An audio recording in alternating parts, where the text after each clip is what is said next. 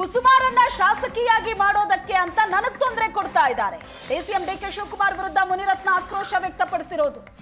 ಯಾರಿಗೋಸ್ಕರ ಇಷ್ಟೊಂದು ತೇಜೋವಧೆ ಮಾಡ್ತಾ ಇದ್ದೀರಿ?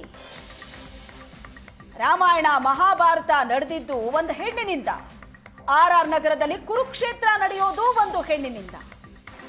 ಒಂದು ಹೆಣ್ಣನ್ನ MLA ಮಾಡೋದಕ್ಕೆ ಇಷ್ಟೆಲ್ಲ ಮಾಡ್ತಿದ್ದಾರೆ ಅಂತ ಆಕ್ರೋಶ ವ್ಯಕ್ತಪಡಿಸಿದ್ರು ಮುನಿರತ್ನ.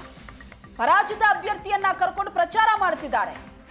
ಇದು ನನಗ್ ಮಾಡಿರೋ ಅವಮಾನ ಅಲ್ಲ, RSSಗೆ ಅವಮಾನ. ಸಿಎಂ ಡಿಕೆ ಶಿವಕುಮಾರ್ ವಿರುದ್ಧ ಮುನಿರತ್ನ ಆರೋಪ ಮಾಡಿದ್ರು. ನನ್ನನ್ನ ಕೊಲೆ ಮಾಡೋದಕ್ಕೆ ಪ್ಲಾನ್ ಮಾಡಿದ್ದಾರೆ. ಇದು ಮುನಿರತ್ನ ಮಾಡಿದಂತ ಗಂಭೀರವಾದ ಆರೋಪ. ನಾನು ಪಕ್ಕದಲ್ಲಿ ವಾಕ್ ಮಾಡ್ತಾ ಇದ್ರೆ, ಹಿಂದೆಗಡೆ ಬರ್ತಾ ಇದ್ರೆ, ಪಕ್ಕದಲ್ಲಿ ವಾಕ್ ಮಾಡ್ತಾ ಇರೋದು ಯಾರು ನೋಡಿದ್ರಲ್ಲ? ಯಾರಿದ್ದು ಹೇಳಿ, ಯಾರಿದ್ದು? ಸೋತ ಅಭ್ಯರ್ಥಿ ಅಲ್ಲ. ಮಹಾಭಾರತ ಯುದ್ಧ ನಡೆದಿದ್ದು ಎಣ್ಣೆ, ರಾಮಾಯಣ ನಡೆದಿದ್ದು ಎಣ್ಣೆ. ಈ RR ನಗರದಲ್ಲಿ ಕುರುಕ್ಷೇತ್ರ ನಡೀತಾ ಇರೋದು ಒಂದು ಎಣ್ಣೆ.